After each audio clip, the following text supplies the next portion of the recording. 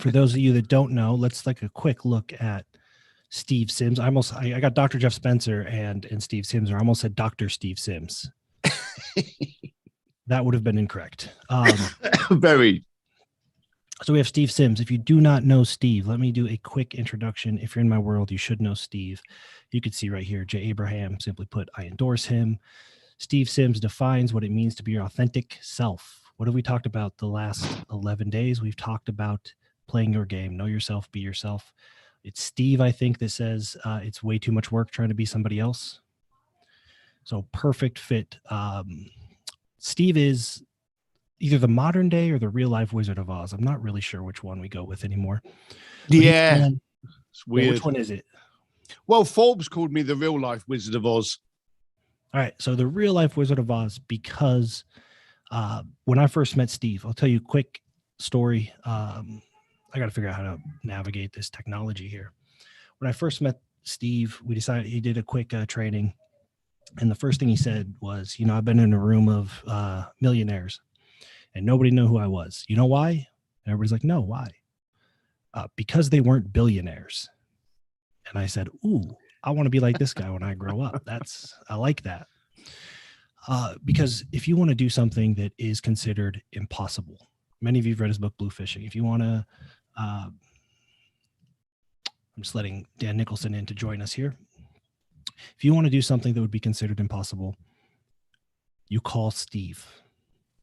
You call Steve. Let me tell you about the times I've hung out with Steve. The first time I hung out with Steve was his birthday in Carlsbad, and met the founder of UGG Boots and Tim Larkin, a bunch of really cool people. I think the next time I hung out with Steve was Elton John's private gala, right? The charity gala. The next time I hung out with Steve, we went to prison one time. That's an interesting story. We were some of the first non-Tesla employees. I think they said the first, but it kind of seemed like maybe they'd done the tour before, to step foot in Elon's Gigafactory. So the point is, if you have a chance to hang out with Steve, you're going to do something that you never thought you'd be able to do. You never thought you'd be able to afford it. And you're going to be in a room of people that you never thought you'd be in a room with. And I think there's something really, Steve might be getting in the crypto space. We'll share a little bit about that shortly. But Steve, what I would love to do just while you have the time is, Nicsmas, we're talking a lot about playing your own game, right? You're here, you want to be here, you have these huge aspirations, and you get stuck playing somebody else's game. You get stuck forgetting who you are. You get stuck following other people's rules. From the man that makes the impossible happen, if you wouldn't mind just sharing some of the ways that being yourself and some of the things that maybe, I don't know if you have practices or you have mantras or you have exercises or frameworks where when other people say, Steve, you should really do it this way, you have the ability to go, nah, fuck off. I do it my way. You know, how do you just kind of talk about maintaining that space and playing your game and being yourself and doing the impossible? Well, I think the easiest thing to sum it up accurately is I made more mistakes than other people. I was a East London bricklayer and not the kind of smooth, debonair guy that should be hanging around with Elon Musk, you know, Prince Albert of Monaco and billionaires. So I first of all thought to myself, well, I'm not very articulate. I'm not very smooth. I'm not very good looking. I've got all these things against me trying to win your kind of admiration or aspiration, should I say. And so I just thought to myself, what do people want? They want a solution.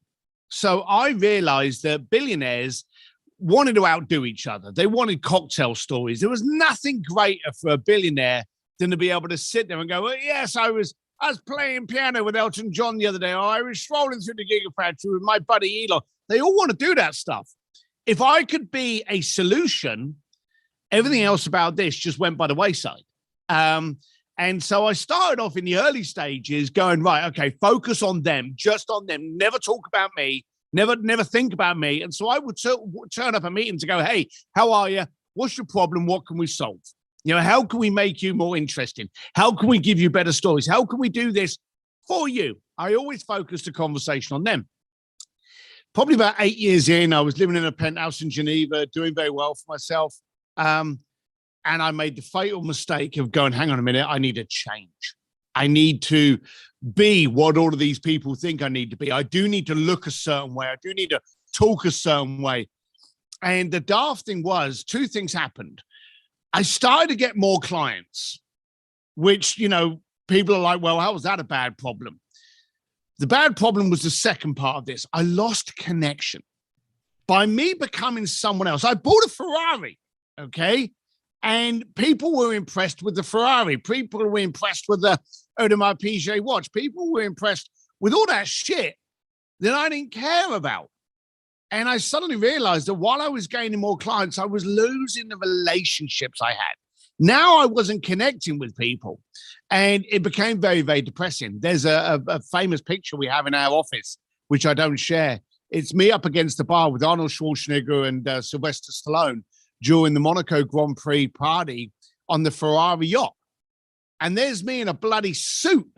And we joke about it, that this is the best party that I never went to, because I showed up as someone else. I listened to everyone else. And all the relationships I really had, they didn't want to talk to me anymore because I'd become someone superficial. I got rid of all of that. And Jeff knows me. You know me. Jeff Moore knows me. I just went, screw it. If you can't deal with this, then we shouldn't be communicating. I don't want to put any effort and energy in being someone who you think I should be. I want to put all my effort and energy into solving, supporting, loving, being there. And so quite simply, I went, screw it. That's not for me. Sold the cars, went back to the motorbikes. As all of you know, black T-shirt forever. A bit chilly today, so black hoodie. But I found something refreshing. All my energy and effort in trying to be somebody else was gone, which meant that I had 100% effort now on focusing on being the solution. And I love it. I'm very calm and very easy about going, hey, you and I, we're not right. See ya. Very easy about doing that. So you can see for the people that are in my world, which is probably everybody watching, you see why Steve and I get along. That's all. The last 11 days have really just been leaning into and giving permission to people and giving examples of exactly, like, recapture those resources, reallocate them to shit that matters. All the effort you're putting into what everybody else tells you to do, kindly, they can fuck right off. And so I hear this all the time. I used to send it out. I don't anymore because I'm lazy. But I used to send Bluefishing to everybody that signed up for all of my stuff. And so for those of you that don't know, Bluefishing is Steve's book, which is basically it's very well written. It's a very easy read because it's in the way I translate it is like, hey, I'm Steve. This is what I do. This is how I do it. Here's everything that you need to know how to do what I do. And it has been a hit. It's bestseller. It's how many different languages? I've seen so many goofy. I think it's like 7. It's just been released in, it became number 1 in Poland in 2 hours in Polish. And then it got released in Russian. I think it was 3 months ago. Awesome. And the covers are great. They're just, I get a kick out of the weird ass covers they come up with. Weird. Yeah. So you wrote a book, How to Do Anything. People love the book. It talks about the power of the password and all that. If you're open to share, I don't know. I don't want to say too much, but there may be another book launch coming. And I know people have been waiting. Can you share a little bit of the difference between Bluefishing and the upcoming book, and a little bit about how you're going to launch it? I know a little bit about it, and I can share some of the details on the blockchain side. But what I don't know, we haven't had this talk yet, is Bluefishing. How to make anything happen. What's next? It's not until you do something that you realize. And they always say, there's a beautiful sentence that I learned years ago: experience comes 3 seconds after you needed it. I wrote Bluefishing because I was given an opportunity. I was paid very well. And I thought to myself, yeah, I'm going to get a book out there. Why not? I was very fortunate. For all of you people out there going, hey, I really want to write a book. I want to get a big publisher behind me. I want to get a big retainer. I'm sorry I didn't have that. I was in a bar. I met someone in a party, and bang, the next minute I got a book deal. So I had no effort required to get it. Therefore, never put anything in it other than, okay, I'm going to tell my story. And I did. And as you've already said, it's a very simple way to go, hey, if this idiot can be doing this with the Pope, I'm already out of excuses. Now, as I wrote the book and I suddenly saw the reaction that it was making, because if any of you ever write a book or do a course, you'll realize the second you do it and you put it out there, you don't own it anymore. You know, someone else does. And how they react to it, you create a monster and you hope it impacts someone enough to activate some kind of drive in them that's going to make them do something wonderful. But you're not in control of that.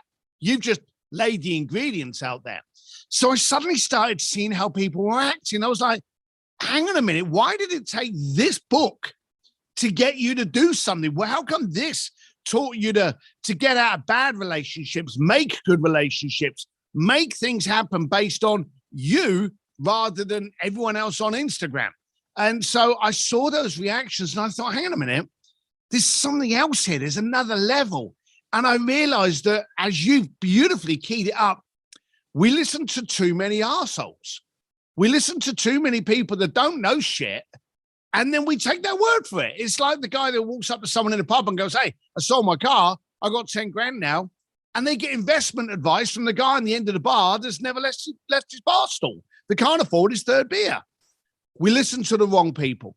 And in a superficial world where we're trusting people just because they're leaning up against a car or they're on a private jet that's never left a bloody runway, we're listening to the wrong people. So I know some pretty cool people, and they have ways of thinking. They have ways of giving themselves the mantras, giving themselves the infrastructure in their head that dictates, who do I listen to? How do I react? How do I act? How do I impact? How do I create? And I wanted to put that out there. So it is a sequel from the first one. I'm going to suggest that anyone that listens and buys the second book does make sure they get the first book so they can see, okay, this is what I got up to with Andrea Bocelli and Elton John, all this kind of stuff. And now they can understand the why, the how, and how those people react and why those people got involved with me. And more importantly, how it can benefit you and how you can change your mindset to adapt to the way billionaires and the most powerful people in the world think, react, and act. So believe it or not, thank you for that. And believe it or not, everybody listening, Steve also did not watch Nicsmas, but what you just said was perfectly aligned with, I have a whole segment on I call it teaching pigeons how to fly, which is basically, professors go out and lecture pigeons how to fly and then take credit for it. Like the birds were going to fly anyway, but we mistakenly gave them credit for something. So thank you for that. That said, do you want to share a few, and then I'll share what I know you're working on. Some of those frameworks, maybe just one or two. I shared some of mine over the last couple of days. The BS meter, right? What is the thin slice? Where do you look to go? That's BS. Well, you always look at the substance rather than the statement. And that's the first thing. So you get a lot of people talking a lot of great talk because they've read it in a book, they've watched it on a YouTube video. You're going to get people taking your content today. I know you will, because you're sharp. They're going to take your content, they're going to shove it in a meme, they're going to post it up on their Instagram and take credit for it. Now, probably not in this community because you do have a very good bullshit meter and you have a good crowd. They will. Yeah. Well, there you go. If they spread it and they impact it, there you go. But I'm always a great believer that if someone's saying something to me, I look behind them. How did you get to that statement? How did you get to that decision? And so I look behind them.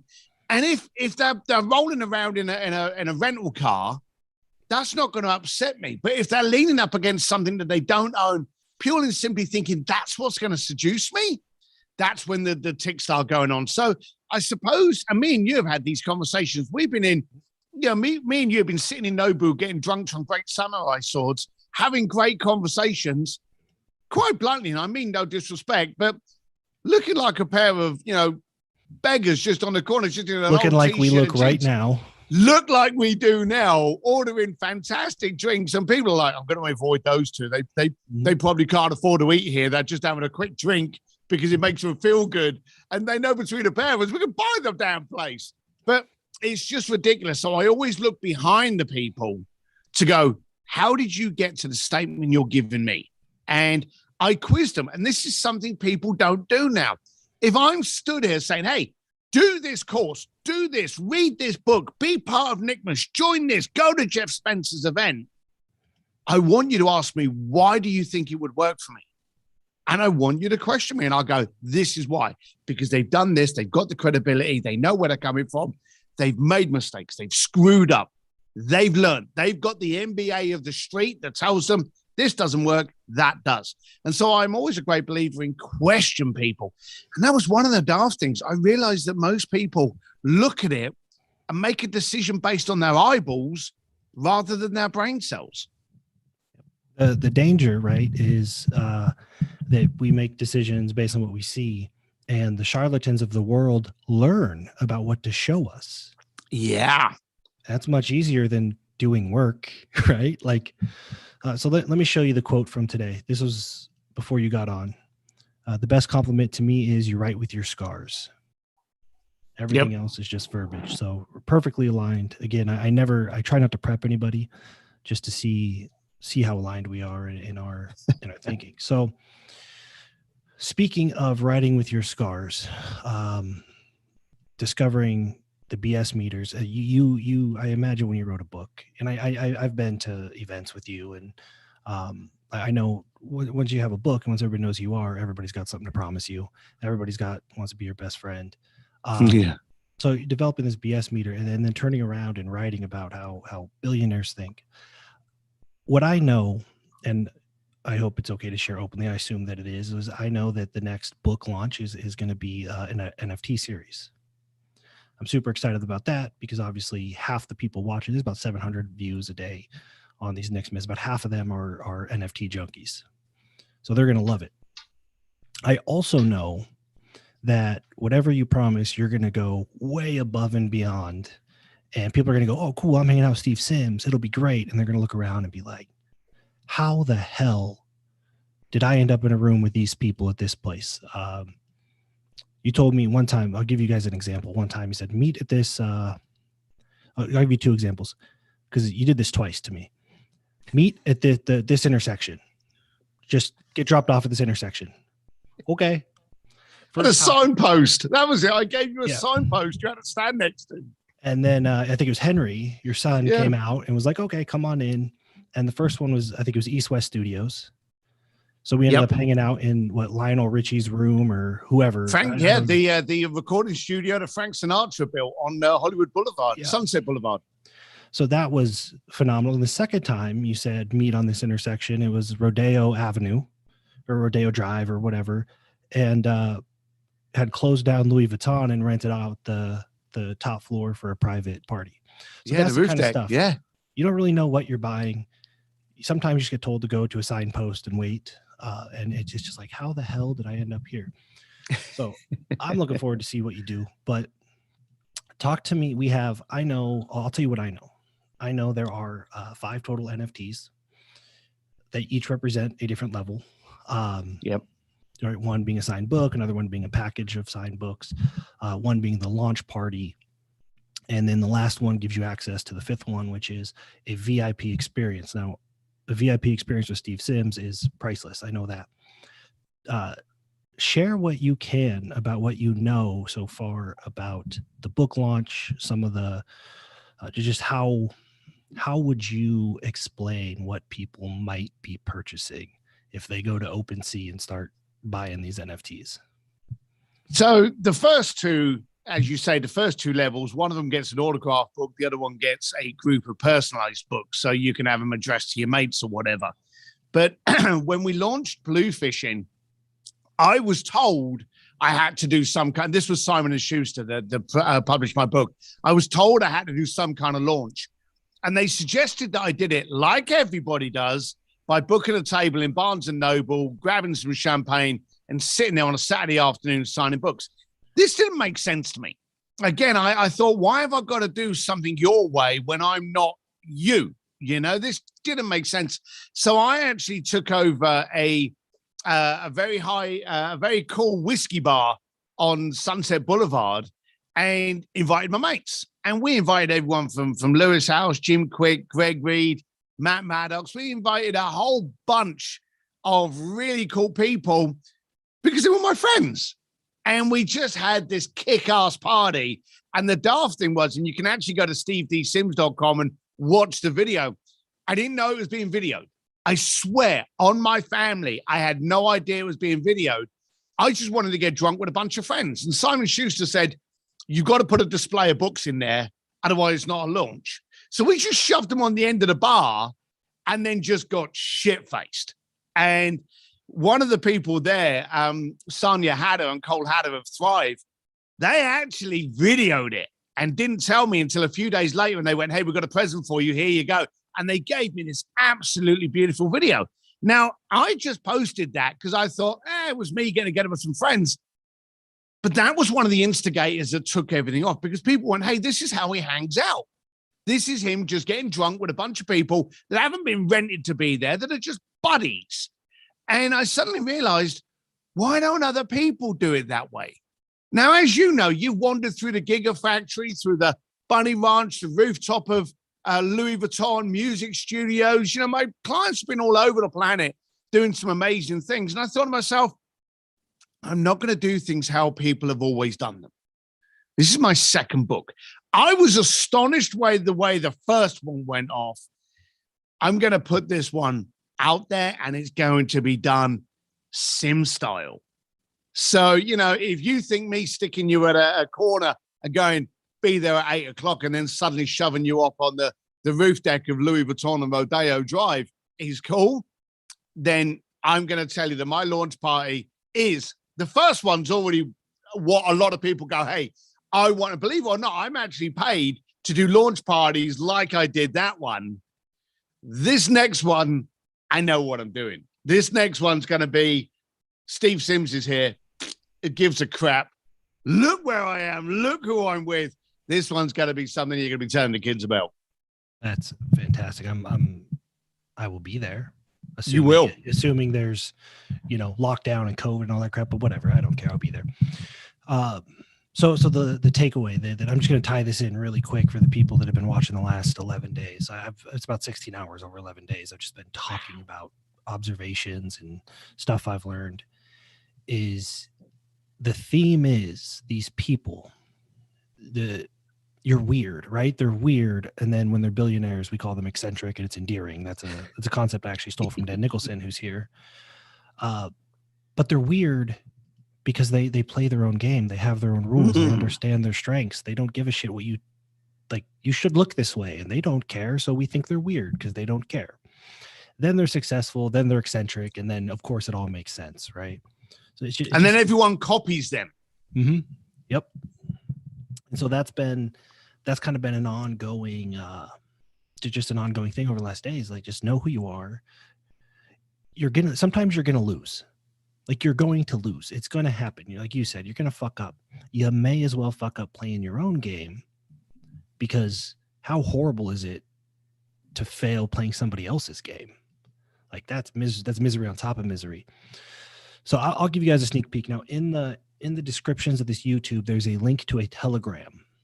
That is the Steve Sims NFT launch Telegram.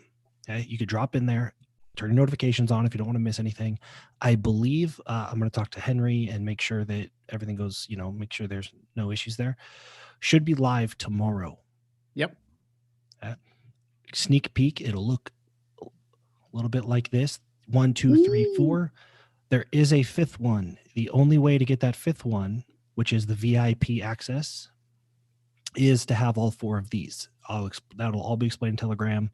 Get a nice video from Steve or something. But if you're watching this and you're, man, I don't want to miss that, just go on the Telegram. You won't miss it. If you don't go on the Telegram and you sit around and you wait for emails or something, that's on you. You're being an a-hole, expecting somebody else to give you the things that you want. If you know you want it, do the thing you got to do to make sure you get it.